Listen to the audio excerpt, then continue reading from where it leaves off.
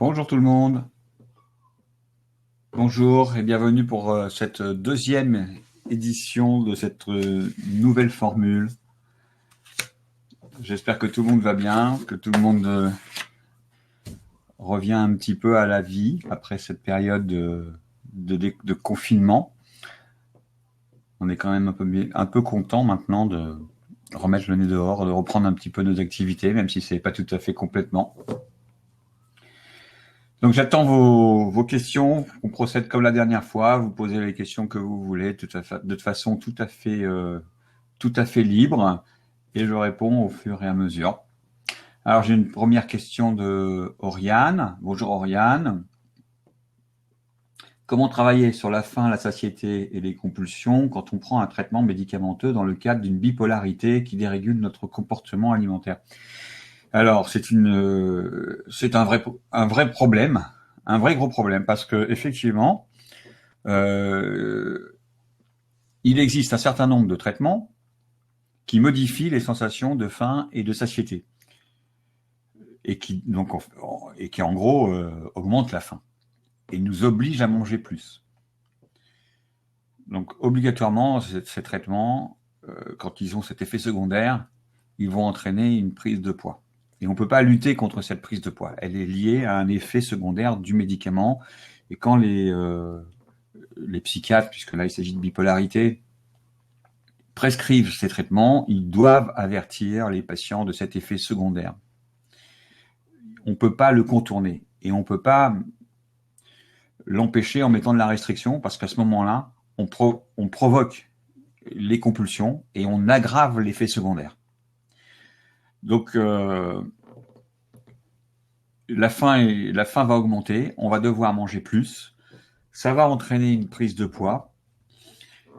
Si le traitement est temporaire, on pourra revenir peut-être à la normale, mais s'il s'agit de traitement à vie, eh bien là, malheureusement, on peut absolument rien faire, si ce n'est ne pas aggraver la situation en ajoutant de la restriction et en ajoutant de la compulsion, donc des désordres supplémentaires. Voilà, Oriane, je suis vraiment désolé, mais il n'y a pas de très bonne solution dans ces problèmes-là, quoi.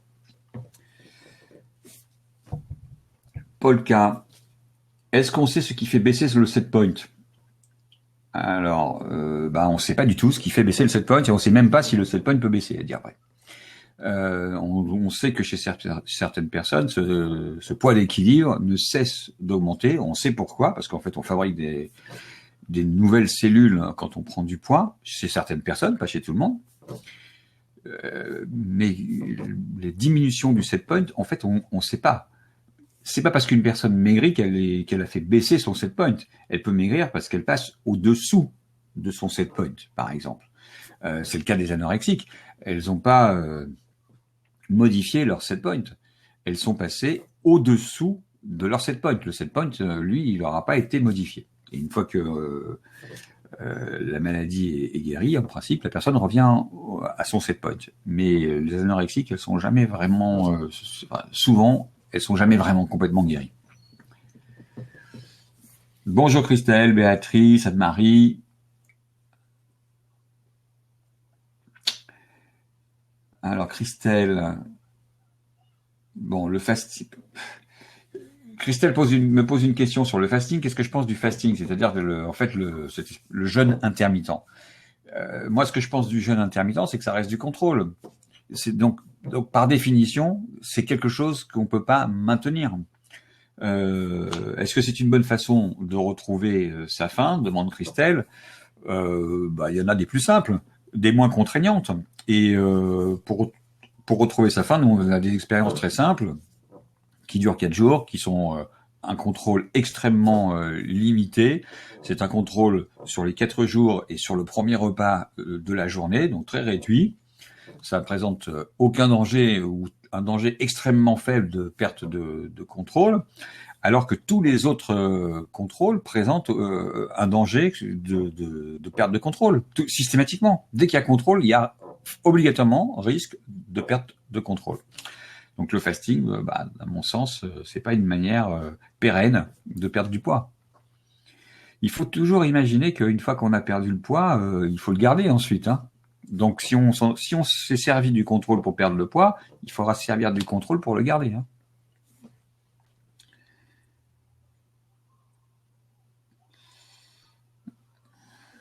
Ouais, Oriane, effectivement, le déconfinement, on n'a pas retrouvé notre insouciance d'avant, hein. On reste encore un petit peu inquiet de ce qui va se passer, hein, évidemment, et de ce qui peut nous arriver.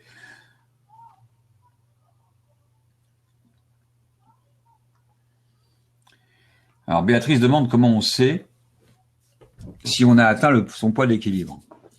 Bon, le poids d'équilibre, voilà, c'est un peu compliqué parce que on n'a pas d'instruments de mesure qui permettent de déterminer si on se trouve ou pas au poids d'équilibre.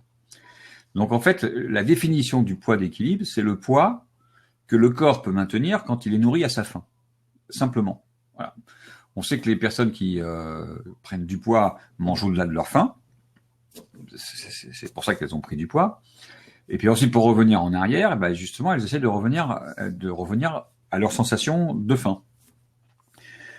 Une fois que on a l'impression d'être reconnecté à ces sensations de faim, qu'on a perdu un peu de poids et qu'on voit que le poids se stabilise, après quelques mois de stabilité, bah,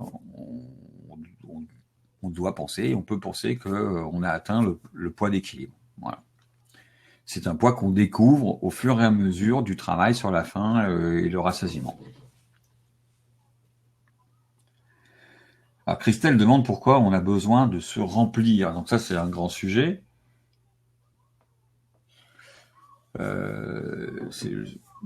Bon, j'imagine qu'on parle là des hyperphagies.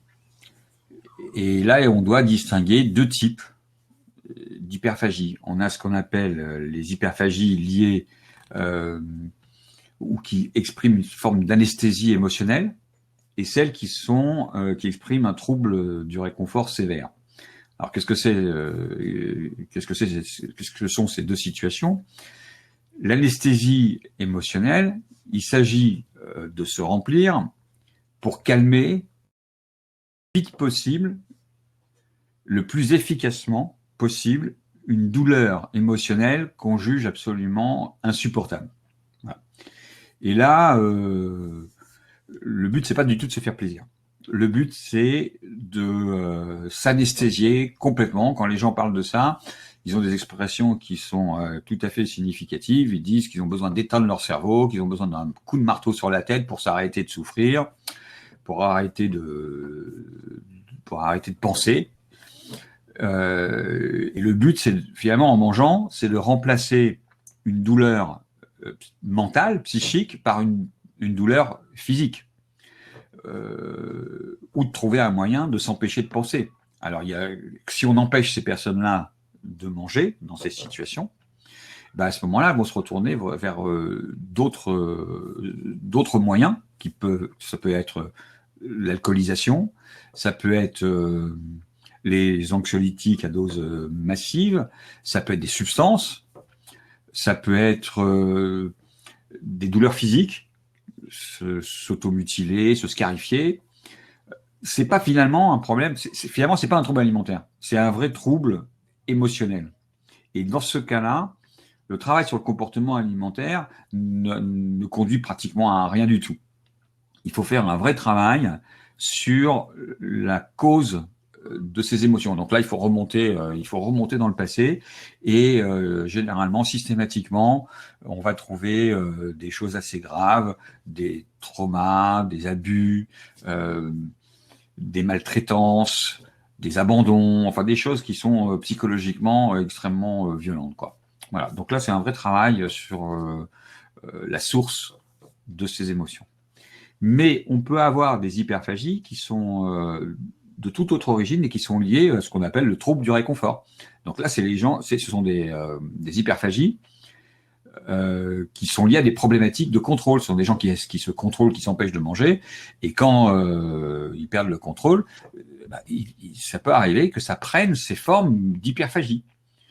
Généralement, ça prend plutôt des formes moins spectaculaires, de compulsion, mais il arrive dans un certain nombre de cas que ça prenne des formes absolument exubérantes.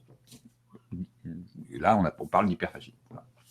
Et alors là, effectivement, c'est pas se remplir pour se remplir. On a commencé à manger parce que on était plutôt dans une recherche de plaisir et de réconfort. Et puis finalement, ça marche pas, on n'y arrive pas, on ne trouve pas ce réconfort dans la nourriture parce que on pense beaucoup trop de mal de ce qu'on est en train de manger. Et ça dérape complètement. En fait, on a loupé son coup. On cherchait quelque chose et on l'a jamais trouvé. Et on a mangé des quantités astronomiques de nourriture. Voilà.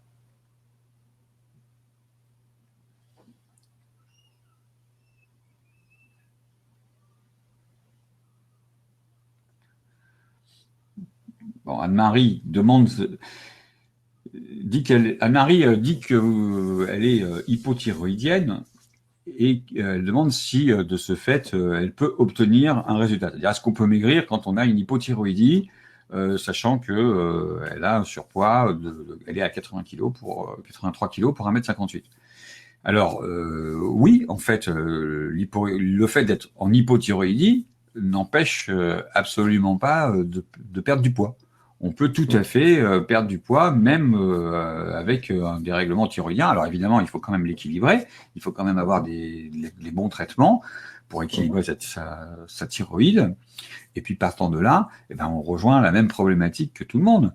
Si le corps le permet, c'est-à-dire s'il n'y a pas eu cette espèce de prolifération des cellules graisseuses, des adipocytes, ben oui, on pourra, comme les autres, on pourra perdre du poids, même avec une hypothyroïdie. Donc il y a tout à fait de l'espoir. Hein.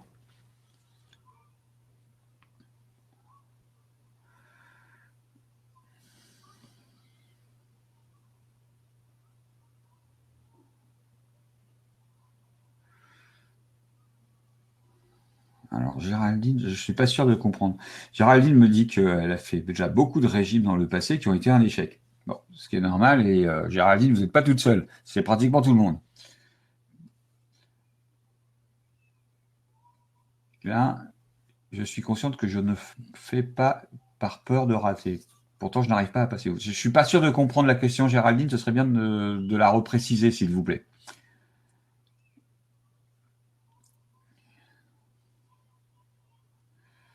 Bon, ben, Oriane, voilà, si votre médecin vous a prescrit un médicament vous assurant qu'il n'entraînait pas de prise de poids, il est possible que dans la plupart des cas, ce médicament n'entraîne pas de prise de poids, mais parfois, ben, oui, on a des effets secondaires qui sont rares et qui tombent sur certaines personnes. Donc à ce moment-là, il faut vraiment voir avec lui. Parce qu'on ne peut pas lutter contre les augmentations de la faim. Vraiment, c'est catastrophique. Ça ne fait qu'aggraver la situation. Ça va déclencher des désordres.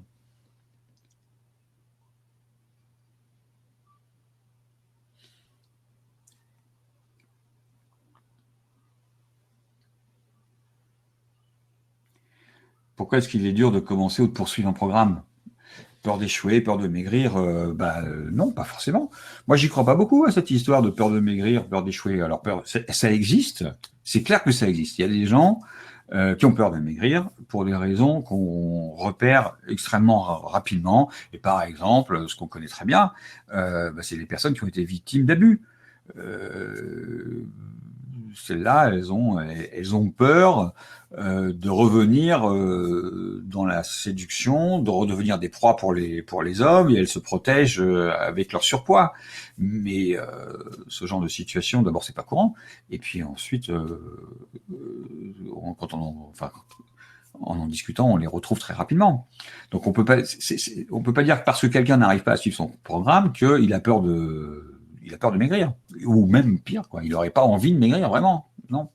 Je pense que tous les programmes présentent leurs difficultés et chacun en fait a comment dire une facilité ou pas à suivre certains programmes. Là, par exemple, dans ce type de programme, il y a des personnes qui vont être en difficulté. Par exemple, une partie importante du programme repose sur l'attention. On fait beaucoup d'exercices sur l'attention parce que maintenant, on sait avec certitude qu'il y a un rapport extrêmement étroit entre le rassasiement, donc la quantité de nourriture consommée dans un repas, et l'attention. Bon. Bah, par exemple, quelqu'un qui a des troubles de l'attention, il va avoir des difficultés énormes. Il n'arrivera pas à se concentrer très facilement. Ça va lui demander beaucoup d'efforts. Et donc, c'est pas parce que s'il n'y arrive pas, c'est pas du tout parce qu'il a peur de maigrir ou qu'il a peur de louper. C'est tout simplement qu'il a intrinsèquement des difficultés qui l'empêchent d'augmenter, de se concentrer sur ses sensations alimentaires, par exemple. Ça va lui demander des efforts gigantesques et il va avoir beaucoup de mal. Voilà. Et il aimerait bien y arriver. C'est pas du tout parce qu'il a peur de maigrir ou qu'il ne veut pas maigrir.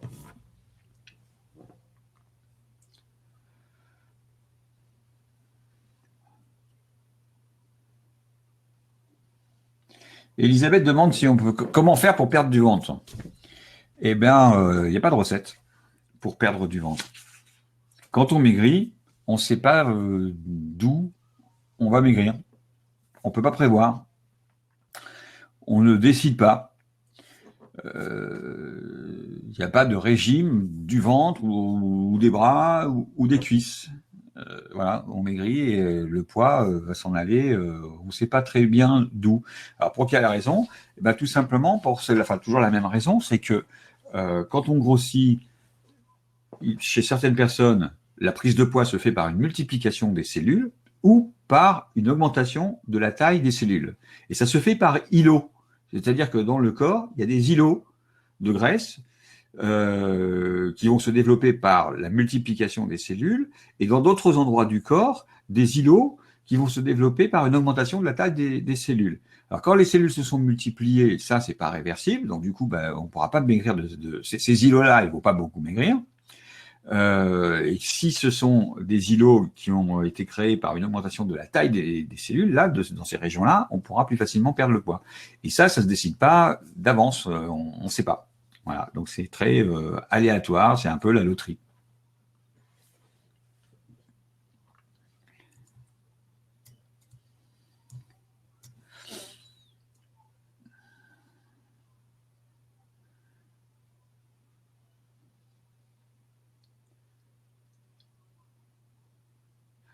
Alors, toujours une question là sur l'orthorexie et sur finalement l'aspect santé. Les messages sur les aliments ultra transformés ou sur l'alimentation industrielle ou des choses comme ça. Il faut bien séparer les choses. Il faut bien séparer les problématiques de poids et les problématiques de santé. Voilà, c'est deux choses qui n'ont absolument rien à voir. On peut tout à fait grossir en ne mangeant que des légumes bio, une nourriture végétarienne, saine, sans aucun additif. Et on peut tout à fait maigrir en mangeant des pizzas surgelées industrielles. Voilà. Ça n'a absolument rien à voir. On peut maigrir ou grossir en mangeant tout à fait sain et équilibré. C'est une question de quantité et pas de qualité de nourriture. Un raisonnement simple, hein. Si vous faites un repas équilibré, alors qu'est-ce que c'est qu'un repas équilibré? C'est un repas qui contient un petit peu de tout. Voilà. Il y a un peu de tout, il y a des protéines, il y a des féculents, il y a des légumes, il y a des laitages, il y a des fruits. Voilà. Vous faites un repas comme ça, il est équilibré. Bah, si vous multipliez les portions par deux, ça reste tout à fait équilibré. Ça reste encore un repas équilibré. Sauf que vous êtes passé de 1000 calories à 2000 calories. Et 1000 calories ou 2000 calories sur le poids, ça n'a absolument pas du tout le même effet. Donc il vaut mieux manger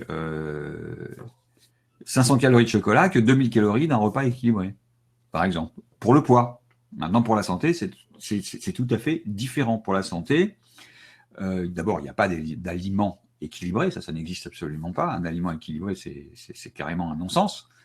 Ce qui existe, c'est une alimentation équilibrée, dans le sens où elle est variée. Voilà, ça c'est une alimentation tout simplement équilibrée. Mais une alimentation qui serait basée sur un aliment, que ce soit du chocolat ou des brocolis, ça serait forcément déséquilibré.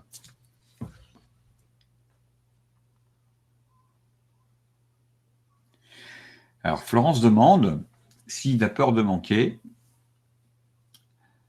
peut avoir finalement d'autres causes que la nourriture. Alors oui, naturellement, on peut avoir peur de manquer pour d'autres raisons que la relation particulière avec la nourriture, mais c'est pas la situation la plus fréquente. La situation la peur de manquer, on va la retrouver très souvent, extrêmement souvent. Chez presque tout le monde, chez presque toutes les personnes qui ont eu qui ont adopté à un moment ou à un autre des comportements de restriction. Voilà, donc les régimes, quoi. Voilà, des régimes, tout simplement, hein, qui ont fait des régimes. C'est très facile d'activer la peur de manquer parce que c'est une peur archaïque. C'est une peur qu'on a tous. On la porte tous en nous, cette peur. Bon, ça s'explique puisque c'est une peur qui a contribué à la survie de l'humanité finalement en développant des comportements de prudence qui ont conduit les ancêtres à stocker en prévision des famines, des pénuries. Bon. Mais là, aujourd'hui, il n'y a plus de famine, pas en France. Il n'y a plus de famine. Et on est même en situation d'hyperabondance alimentaire. Mais cette peur de manquer, on l'a toujours. Elle est quelque part en nous. Et les gens qui font des régimes réactivent cette peur de manquer. Donc ils vont avoir peur de manquer alors qu'ils sont entourés d'une nourriture hyperabondante. Voilà. Et donc évidemment, ils vont stocker, ils vont manger, non plus pour satisfaire leurs besoins, ils vont manger pour calmer leur peur du manque. Voilà.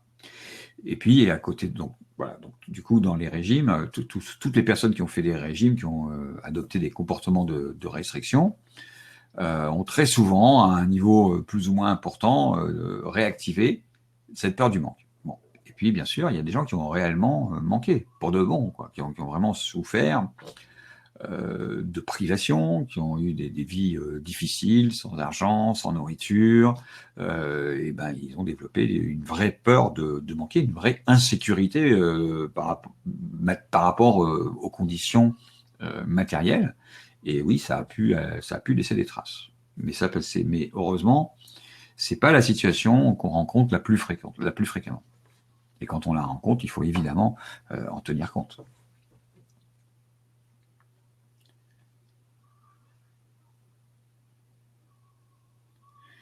Sylvette dit qu'elle ne sait plus quoi prendre au petit déjeuner. Alors, ça arrive très souvent chez les personnes qui ont fait beaucoup de régimes, des successions de régimes, c'est-à-dire qui ont empilé les conseils de tous les régimes qu'ils ont suivis. Et au bout d'un moment, ça devient très compliqué de savoir quoi manger. Les envies de manger finissent par devenir confuses. On ne sait plus très bien de quoi on a envie. On est dans une relation qui s'est énormément compliquée avec la nourriture. En gros, on pourrait dire que les aliments dont on a envie sont devenus interdits et que les aliments interdits, c'est ce qu'on aurait envie de manger, on ne peut pas les manger. Donc c'est compliqué, quoi. Progressivement, au fur et à mesure qu'on apprend à répondre à ces envies, c'est-à-dire à ne pas s'y opposer, les envies vont commencer à se clarifier. Alors, il arrive assez souvent que des gens nous disent ça, je ne sais plus de quoi j'ai envie. Bon, donc c'est évidemment un problème et c'est lié à tout ce que je viens de dire. Et là, le conseil, c'est au moins d'essayer de manger ce que vous aimez. Et quand une envie se présente, de ne jamais lutter contre cette envie, d'essayer d'y répondre pour pouvoir la satisfaire correctement. Voilà. Et peu à peu, les envies vont se préciser.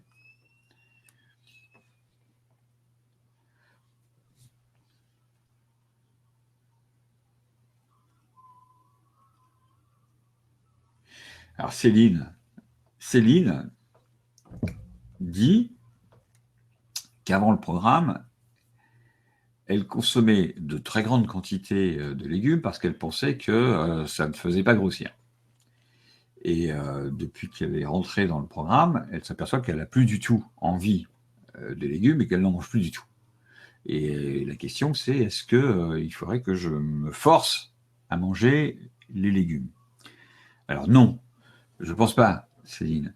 Ce serait pas une bonne, à mon avis, ce serait une mauvaise solution, parce que le but, c'est pas de manger. Vous voyez, à force, ce qui s'est passé, c'est que en se forçant à manger les légumes, et c'est ce qu'on voit chez les enfants, on développe des comportements aversifs. Voilà, on finit par les prendre en détestation, ces légumes. Et une vraie détestation. Alors là, c'est vraiment compliqué, hein. Quand les gens développent des aversions, pour revenir en arrière, il faut se donner un mal de chien, et parfois même on n'y arrive pas du tout, hein. On n'arrive pas à revenir sur une aversion. Donc il faut éviter, évidemment, de déclencher des aversions. Et ce qu'il faut, c'est essayer, au contraire, d'avoir pratiquement, je dirais, moi, une relation d'amour avec la nourriture. Il faut aimer les aliments. Bon, et pour ça, c'est comme avec les gens, quoi. On peut pas se forcer. Quand on n'aime pas quelqu'un, on peut toujours se forcer. Si vraiment on l'aime pas, ça marche pas. Avec la nourriture, c'est la même chose. Bon, alors, ce qui va se passer, et c'est ce que j'espère qui va se passer pour Céline, c'est que après s'être forcée pendant des années à manger des légumes, elle a peut-être effectivement développé une petite aversion pour ces légumes, mais pas complètement. Et dans un second temps, je pense que l'envie, si Céline, vous répondez régulièrement à vos envies, je pense que l'envie de légumes va aussi revenir dans la mesure, bien sûr, où vous aimez les légumes. Si maintenant vous détestez les légumes, ça va devenir compliqué. Mais j'espère que ce n'est pas encore le cas, et dans ce cas-là, l'envie va certainement revenir.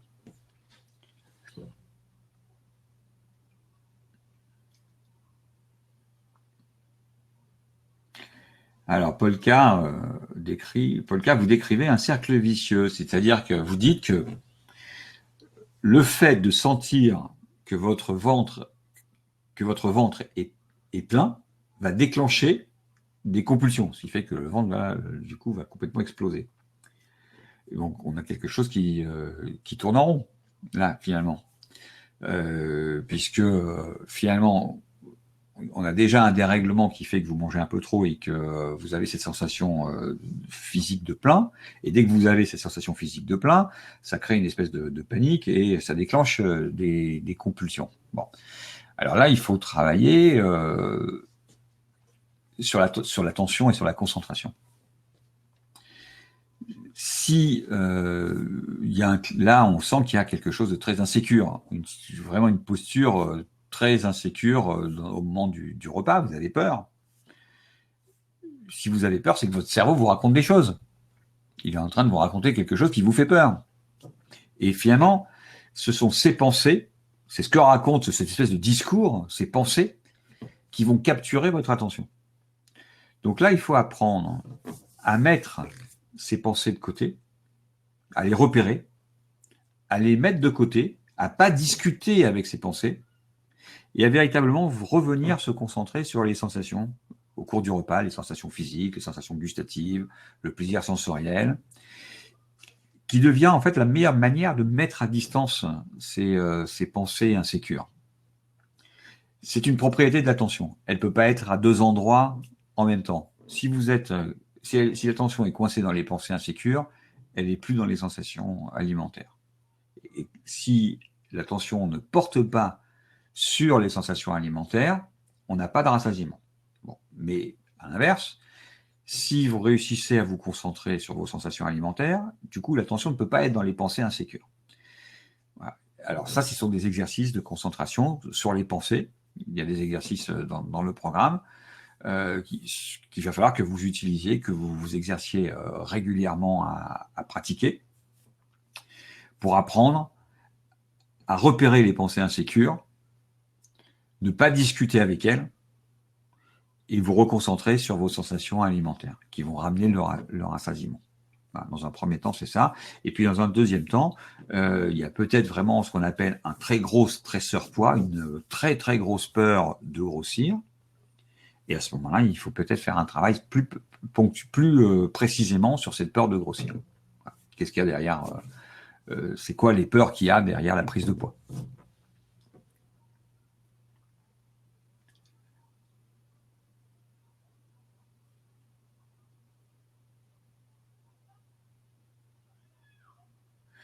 Alors Michel dit qu'elle a toujours eu une attirance pour les aliments sucrés et que là, finalement, ça s'est un peu aggravé.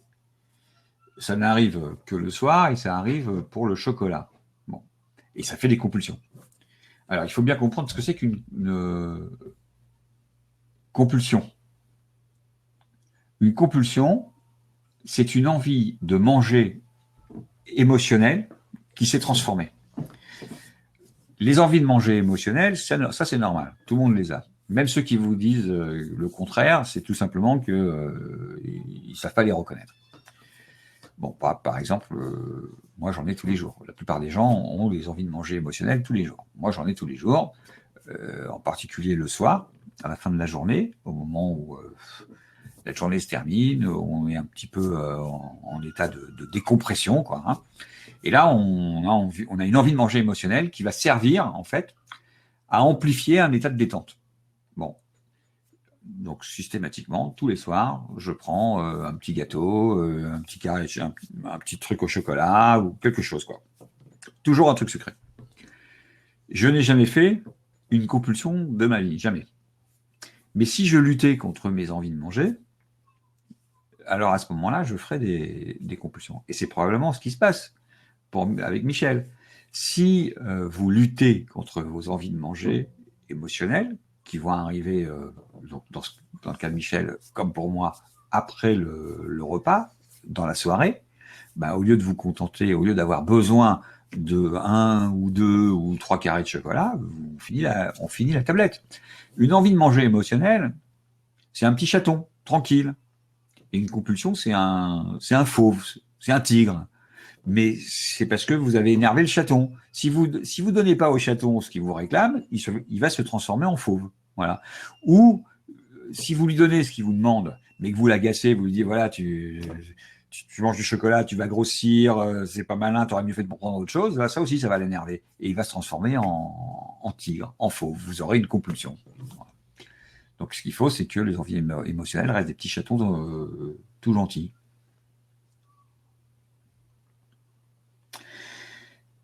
Christelle demande si le poids d'équilibre qu'on va retrouver en respectant la faim et la satiété peut être un poids dangereux pour la santé.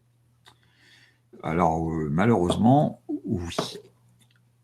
Le poids d'équilibre peut être complètement déréglé. Et il peut rentrer dans des zones d'obésité, même majeures, même sévères. Et donc qui sont tout à fait incompatibles avec un bon état de santé. Et là, c'est un drame, parce que on ne peut pas passer sous ce poids d'équilibre autrement qu'en se privant et en mangeant moins que sa faim. Alors, tout le monde peut le faire. On peut tous manger moins que notre faim un certain temps. Ça peut aller de 2 heures, il y a des gens qui ne tiennent pas plus de 2 heures, jusqu'à, j'ai vu, moi, des gens tenir 20 ans. Mais durer toute la vie, se priver de nourriture et s'affamer, manger moins que sa faim, c'est s'affamer. Toute sa vie, ça, c'est pas courant. Hein. J'en ai pas vu beaucoup. Et en moyenne, on sait que au bout de 2 ans, la plupart des gens ont tous craqué. Voilà, ils ont tous repris le poids qu'ils avaient perdu. Et 40% des gens qui ont maigri ont repris plus que ce qu'ils avaient perdu. Voilà, donc effectivement, on peut avoir un poids d'équilibre à un niveau extrêmement élevé, dangereux pour la santé, dans l'obésité sévère. Et à ce moment-là, eh ben, la solution, malheureusement, elle devient assez radicale, puisque là, on va devoir proposer des chirurgies bariatriques, comme le bypass ou comme la sleeve. Ces opérations ont essentiellement pour intérêt de permettre de manger beaucoup moins, mais sans s'affamer, c'est-à-dire sans souffrir de la faim. Elles ne modifient pas le poids d'équilibre, mais elles permettent de passer sous le poids d'équilibre sans souffrir de la faim. On n'a plus à lutter. Voilà. C'est pour ça que c'est pour cette raison-là qu'en fait, on parle de chirurgie métabolique. Ce sont des chirurgies coupe-faim en réalité.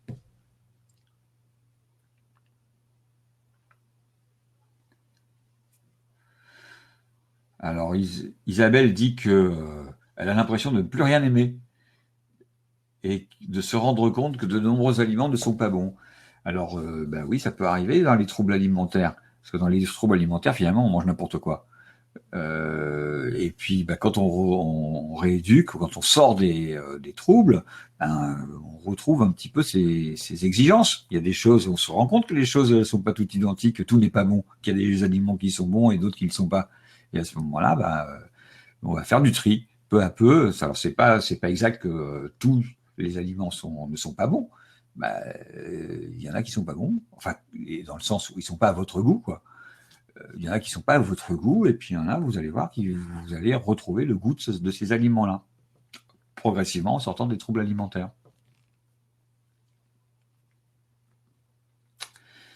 Alors, comment faire la différence, Rosine, entre ne plus avoir faim et ne plus avoir envie de manger? Bon, alors ne plus avoir faim, eh ben, c'est tout simplement ne plus ressentir les signaux de la faim. Avant le repas, vous êtes censé avoir des signaux de faim, qui sont les creux, les gargouillis, des choses comme ça. Ces signaux ne vont pas se maintenir jusqu'à la fin du repas. Ils vont disparaître au cours du repas, et assez rapidement en général. Ce sont des signaux qui disparaîtront après 4, 5, 6, 7, 8 bouchées maximum, quoi. Voilà.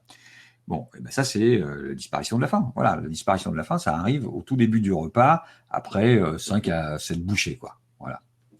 Après 5 à 7 bouchées, la faim a disparu. Mais on a encore envie de manger. Ce qui veut dire qu'en fait, on n'est pas rassasié. Voilà. La disparition de la faim, ça s'appelle la satiété. La disparition de l'envie de manger, ça s'appelle le rassasiement. La satiété commence après 5 à 7 bouchées. Donc évidemment, là, on ne va pas s'arrêter, parce que si on s'arrête à 5 bouchées, il faut tout recommencer dans 10 minutes. Et puis surtout, si vous vous arrêtez à ce moment-là, vous allez vous arrêter alors que vous aurez toujours envie de manger, parce que vous n'êtes pas rassasié. Donc vous allez devoir vous battre contre des envies de manger. Et chaque fois que vous allez vous bagarrer contre une envie, que ce soit une envie qui a été déclenchée par la faim, ou que ce soit des envies qui ont été déclenchées par les émotions, c'est la même chose, le résultat sera le même. Derrière, il y aura un risque très important de déclencher des compulsions. Donc il ne faut surtout pas essayer de s'arrêter quand la faim a disparu, c'est-à-dire au point de satiété, après 5 bouchées, quoi. En fait, on s'arrête quand l'envie de manger a disparu. Et ça, c'est ça qui fait la différence entre le contrôle et le non-contrôle. Si j'essaye de m'arrêter au moment où je n'ai plus faim, alors que j'ai encore envie, ben là, je suis dans du contrôle, puisque j'ai encore envie et je vais devoir lutter, me contraindre à m'arrêter. Là, il va falloir que je contrôle. Bon, et donc là, ben on comprend bien qu'à un moment, il y aura un risque de perte de contrôle. Mais si je m'arrête quand j'ai plus envie, ben là, il y a zéro contrôle, j'ai plus envie. Alors, j'ai plus envie, ça veut dire que finalement, je m'arrête parce que j'ai pas envie de manger plus. Pour manger plus, il faudrait que je me force. Bon. Et donc là, il n'y a pas de contrôle. Et c'est là que portent les dérèglements. Ils portent sur le rassasiement. C'est-à-dire qu'il y a des gens, le rassasiement, c'est quelque chose qui peut se déplacer. C'est comme un curseur qu'on peut déplacer. Alors, il y a par exemple 2 situations extrêmes. Il peut arriver très tard. C'est-à-dire, bon, je vais prendre des chiffres absurdes, hein, c'est pas grave. Mais mettons que voilà, le rassasiement normal d'une personne à un repas donné, d'une personne donnée pour un repas donné, parce que ça change tout le temps pour tout le monde et pour tous les repas, ce soit 30 bouchées. Voilà. Elle est rassasiée normalement avec une trentaine de bouchées. Bon. Si elle devient hyperphagique, ça veut dire que son rassasiement n'arrive plus. Et qu'au lieu de 30 bouchées, il va lui falloir 50, 60 ou 80 bouchées. Donc évidemment, si elle a mangé tout ça en plus, elle va grossir. Mais c'est parce que son rassasiement, c'est complètement déréglé. Elle ne peut pas s'arrêter. Voilà. Elle n'arrive plus du tout à s'arrêter. C'est ça l'hyperphagie. On perd le contrôle et on ne sait pas s'arrêter. On n'y arrive pas. Donc ça, c'est un dérèglement extrême dans un sens. Mais on peut avoir un dérèglement dans l'autre sens, c'est-à-dire un rassasiement qui, au lieu d'arriver à 30, va arriver à 5 ou à 3 bouchées. Ça, c'est la dépression, par exemple. Il y a dans pas mal, souvent même dans les dépressions. Il ne faut pas imaginer que systématiquement la dépression, ça fait manger. Bien souvent, ça coupe l'appétit aussi. Et ça arrive tellement rapidement qu'on n'est plus capable de manger suffisamment pour couvrir ses besoins. C'est-à-dire qu'on mange moins que ses besoins. Le rassasiement va arriver après quelques bouchées. Au bout de quelques bouchées, on n'est plus capable de rien avaler. Et on n'a même pas suffisamment mangé pour calmer les besoins. Voilà. Et donc, le rassasiement, c'est quelque chose qui peut complètement se dérégler dans un sens ou dans un autre. Et quand il est déréglé, ben, le travail, c'est ça. Ça va consister à le ramener au bon endroit. Voilà. Grâce à tous les exercices qu'on est en train de faire, beaucoup de choses qui rentrent en ligne de compte dans le rassasiement.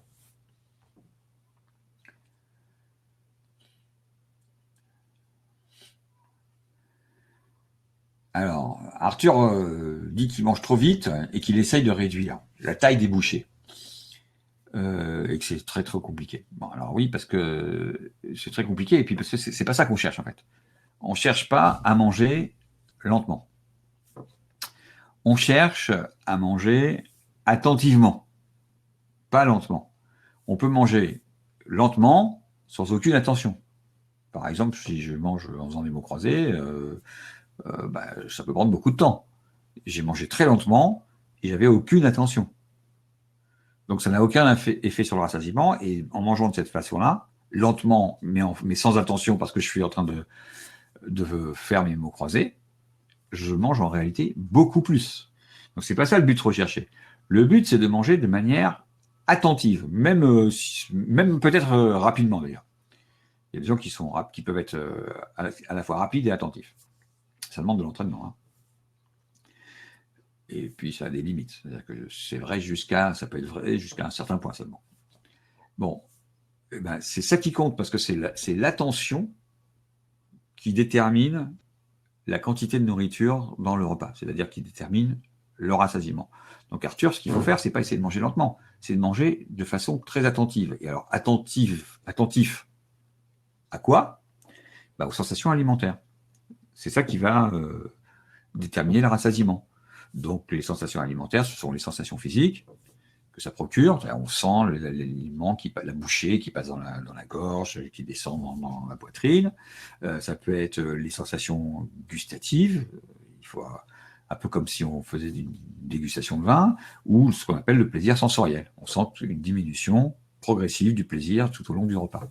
Voilà. Et c'est en mettant l'attention là-dessus qu'on obtient un effet. Et en fait, le fait d'être attentif nous ralentit. Mais c'était pas le but recherché. On ne cherchait pas à aller lentement. C'est juste que quand on est attentif, c'est difficile d'aller vite. Voilà. C'est-à-dire que si je vous demande, par exemple, pendant que vous roulez en voiture sur une petite route de campagne, d'observer le paysage, d'être attentif au paysage, c'est sûr que c'est beaucoup plus facile si vous roulez à une petite allure que si vous roulez à tombeau ouvert, quoi. Voilà.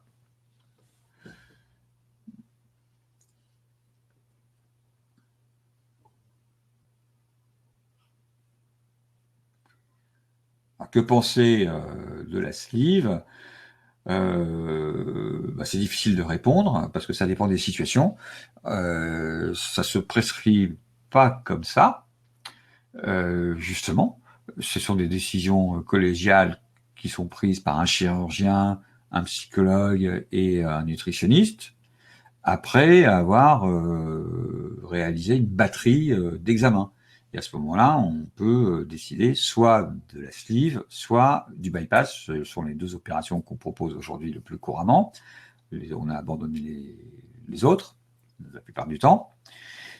Et il y a, en fonction du résultat de cette batterie d'examens, on va plutôt recommander une sleeve ou on va plutôt recommander un bypass. Par exemple, s'il y a des reflux, on ne pourra pas faire de sleeve. S'il y a un diabète, on va plutôt recommander un bypass. Donc, en fonction des résultats du bilan, on va plutôt s'orienter. Si le bilan ne révèle rien, on peut laisser le patient choisir. Il choisit ce qu'il veut. Alors là, on va lui expliquer les avantages et les inconvénients de chaque intervention, et en fonction de toutes les informations qu'on lui aura apportées, c'est lui qui pourra décider. Bon, les différences importantes, en termes de perte de poids, le bypass fait perdre un peu plus, 10% en plus, en général, que la sleeve. Mais derrière, il y a plus de contraintes. Avec un bypass, il y a beaucoup plus de surveillance, parce qu'il faut apporter une supplémentation vitaminique et surveiller tout au long de la vie entière ensuite, qu'on ne va pas développer des carences. C'est un peu plus souple avec la sleeve. Bon, voilà, très schématiquement.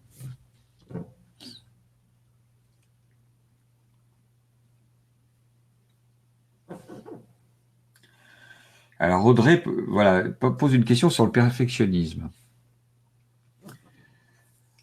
Comment passer, enfin, comment se guérir du perfectionnisme? Le perfectionnisme, c'est pas l'envie de bien faire. Voilà, Audrey, vous avez tout à fait, vous l'avez bien noté.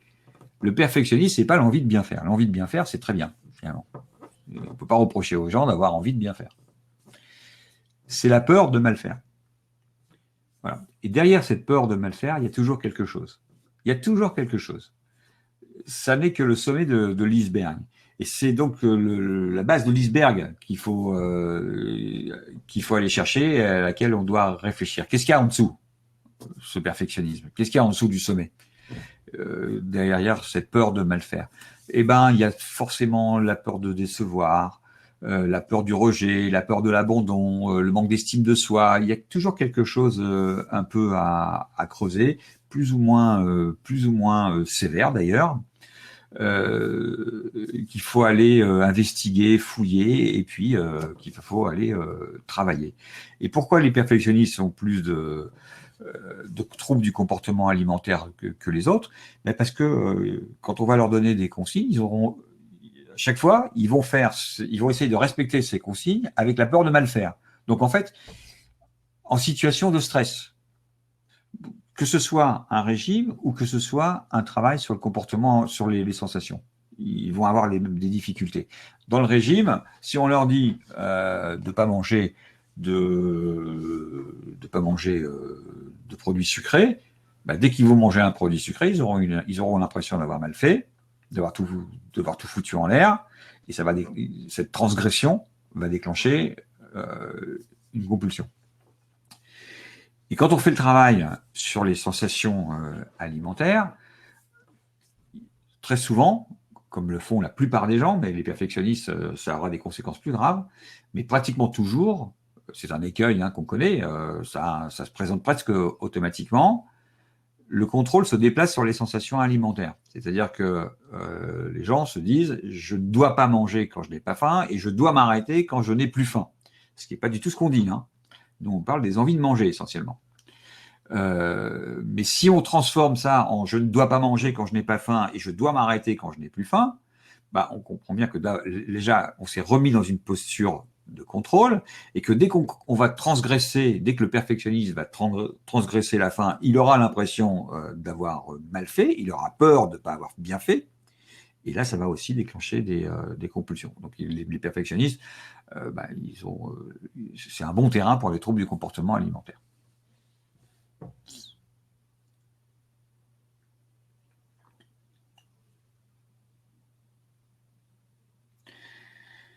Alors,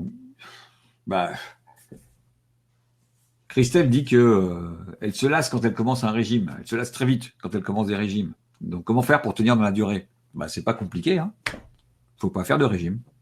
Voilà, tout simplement. Et comment faire pour ne pas se lasser de ce qu'on mange? Il faut manger ce qu'on aime. Voilà. Et on peut tout à fait maigrir en mangeant tout ce qu'on aime. Je sais que c'est difficile après des années et des années de régime, c'est difficile à intégrer, mais c'est la vérité. On peut maigrir en mangeant n'importe quoi, ce qu'on veut. Et on peut grossir en mangeant n'importe quoi, ce qu'on veut. Je redis ce que j'ai dit tout à l'heure au tout début. On peut parfaitement grossir en mangeant des légumes et on peut parfaitement maigrir en mangeant des pizzas. Voilà. Donc la meilleure façon de jamais se lasser, c'est de choisir les aliments qu'on aime et d'essayer d'en profiter au maximum, c'est-à-dire de se concentrer sur toutes les sensations que ça va procurer. Et c'est comme ça qu'on en mange le moins en plus. Alors est-ce que les envies de manger émotionnelles sont d'origine psychique ou est-ce qu'elles pourraient avoir une origine physique? Alors non, parce que par définition, une envie de manger émotionnelle, c'est émotionnel. Donc c'est un phénomène psychique. Ça n'a pas d'origine physique.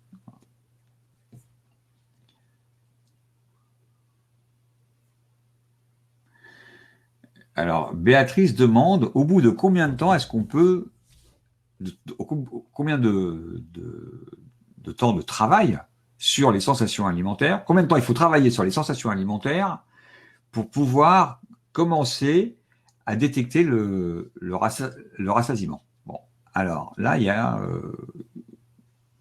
une erreur de compréhension. On ne détecte pas le rassasiement parce que le rassasiement n'est pas une sensation. Ce n'est pas du tout une sensation physique. Le rassasiement, ça se passe strictement dans la tête, uniquement. C'est la disparition d'une envie. Donc ça peut pas se détecter. J'ai plus envie, ça se détecte pas. Il n'y a pas un endroit dans le corps où on peut dire bah là l'envie a disparu. Elle était là et elle est partie. Ça c'est pas là, ça se passe dans la tête. Voilà. Ça n'est pas une sensation physique. Le rassasiement se passe uniquement dans la tête quand on n'a plus envie de manger. Et c'est un phénomène qui n'est pas contrôlable. C'est-à-dire on ne peut pas contrôler l'apparition d'une envie, pas plus qu'on ne peut contrôler la disparition de cette envie. Je ne peux pas décider, avant mon repas, qu'à la 12e bouchée, je n'aurai plus envie de manger. C'est impossible. C'est incontrôlable. Mais en revanche, on peut tout à fait faire un travail qui va faire apparaître le rassasiement plus rapidement, en travaillant sur le plaisir, l'attention et puis le sentiment de sécurité avec la nourriture.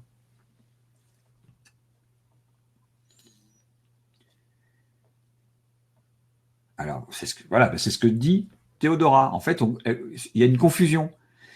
Théodora dit qu'elle arrive à reconnaître ses sensations de faim et à ressentir le rassasiement, mais qu'elle n'arrive pas à s'arrêter de manger. Elle continue à manger sans faim. Bon. Et ben, en fait, là, il y a une confusion. Ce qu'elle ressent, ça ne peut pas être le rassasiement. Puisque le rassasiement, ça ne se ressent pas. Ce n'est pas une sensation, je viens de le dire, c'est dans la tête. Donc, ce qu'elle peut, elle dit qu'elle continue à manger sans faim, c'est-à-dire qu'elle s'aperçoit qu'elle n'a plus faim. Donc ça, c'est le point de satiété. Dès que je n'ai plus faim, c'est qu'on a atteint le point de satiété. Et le point de satiété, donc comme j'ai expliqué, il arrive rapidement. Il arrive après juste quelques bouchées. Et là, on n'est pas encore rassasié, on doit continuer à manger. On ne doit pas essayer de s'arrêter. Et quand le rassasiement est tout à fait déréglé, et qu'il arrive très tard, on va être confronté à des situations compliquées et pénibles, dans lesquelles on pourrait avoir physiquement la sensation de plein, donc ça c'est le corps qui dirait stop, c'est bon, j'ai mon compte, et puis il y a la tête qui n'est pas rassasiée et qui dirait au corps, toi tu as peut-être ton compte, mais pas moi, donc pas question de s'arrêter, on va continuer. Et ça veut dire que c'est complètement déréglé, et c'est là-dessus qu'on va travailler.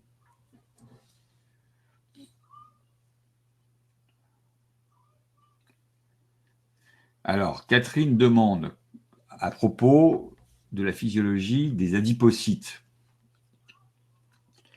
Est-ce que on commence d'abord par augmenter la taille des adipocytes et ensuite on les multiplie, ou est-ce que ça pourrait être le contraire? En fait, c'est ni l'un ni l'autre. En réalité, quand on prend du poids, cette prise de poids se fait selon les individus de façon aléatoire. Et on peut tout à fait prendre du poids en combinant les deux processus en même temps. C'est-à-dire qu'une partie du poids se prend en augmentant la taille des cellules graisseuses, et une partie du poids se prend en augmentant le nombre. Donc, ce qui veut dire que quand on va essayer de reperdre le poids, on ne pourra pas reperdre la totalité. On ne pourra reperdre que la partie qui a été prise sous une forme hypertrophique, c'est-à-dire augmentation de la taille des cellules. Toute la partie multiplication, ça ne pourra pas disparaître. Et c'est assez très hétérogène, puisque suivant les personnes, c'est pas du tout les mêmes proportions. Il y en a qui peuvent être à 100% dans l'hypertrophie, d'autres à 100% dans l'hyperplasie. Et puis il y en a, c'est un tiers, deux tiers, moitié-moitié, 40-60, ce qu'on voudra, 90-10. Et c'est pas réparti de façon homogène dans le corps. C'est-à-dire que, comme je l'ai expliqué, il peut y avoir des îlots de graisse dans lesquels les cellules ont augmenté en volume, et puis il peut y avoir des îlots dans lesquels les cellules ont augmenté en nombre. Donc on ne perdra pas le poids exactement d'où on a envie qu'il parte, quoi.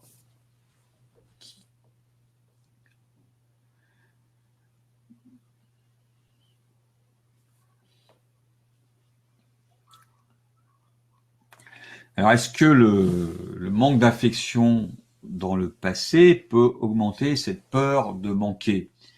Le manque d'affection va faire vivre la personne dans un climat d'insécurité et dans une recherche permanente d'affection, de reconnaissance, d'amour.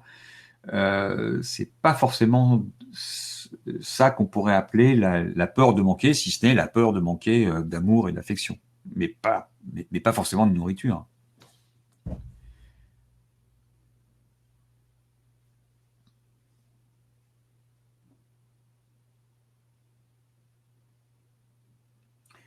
Alors Oriane nous confirme que elle s'est beaucoup forcée à manger les légumes, voilà, pas avant, hein, pour suivre les préconisations qu'on nous donne dans les régimes, et que finalement aujourd'hui, sans se forcer, elle continue à en manger parce que tout simplement, elle en a envie. Voilà, ben, c'est normal quand on a d'abord parce que le corps en a besoin, donc il va les réclamer. Et puis quand on aime les légumes, il n'y a pas de raison que l'envie disparaisse. Elle peut momentanément disparaître, et puis elle va forcément revenir. Et est-ce que c'est normal de ne pas en avoir envie à tous les repas? Ben oui, c'est normal. On peut avoir envie de faire un repas sans légumes, et puis on peut avoir envie de faire des repas sans viande, et des repas sans féculents, et des repas sans laitage, etc. Voilà, l'équilibre ne se fait pas. C'est un point important, ça. L'équilibre ne se fait pas sur un repas. L'équilibre, je vais peut-être vous étonner, mais ça se fait pour certains nutriments, ça peut se faire sur plusieurs mois ou plusieurs années. Pourquoi? Ben parce que pour certains nutriments, certaines vitamines, certains minéraux, on a des réserves pour des mois ou des années. Donc il n'y a aucune raison d'en manger tous les jours, puisque on peut avoir 10 ans de réserve. Donc si je ne mange pas un jour, il ne va rien se passer. Voilà. Donc l'équilibre, il faut se retirer de l'esprit que l'équilibre alimentaire se fait sur le repas, sur la journée, sur la semaine. En général, il se fait sur plusieurs semaines.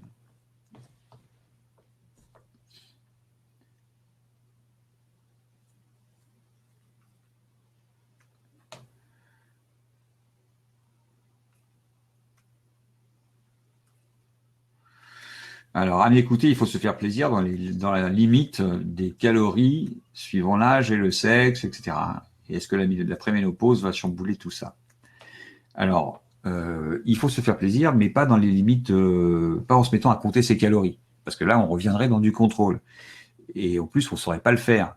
On ne sait pas compter les calories. On ne sait pas de combien de calories on a besoin. C'est-à-dire que si je vous demande aux uns et aux autres combien vous avez dépensé de calories depuis ce matin, personne n'est capable de me répondre. Par conséquent, si vous ne pouvez pas répondre à cette question, vous ne pouvez pas me dire combien vous allez devoir manger de calories.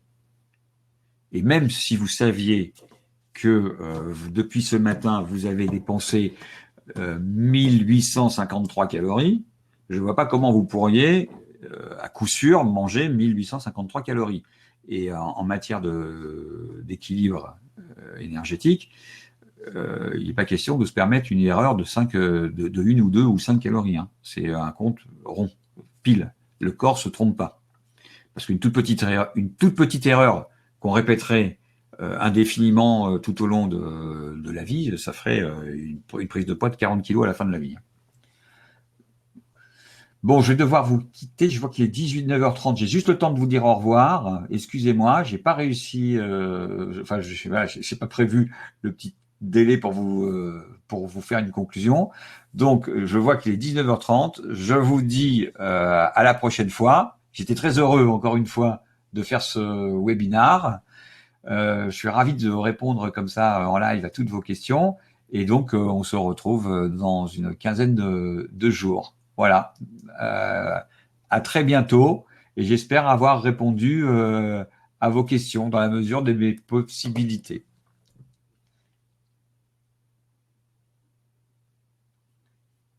À très bientôt.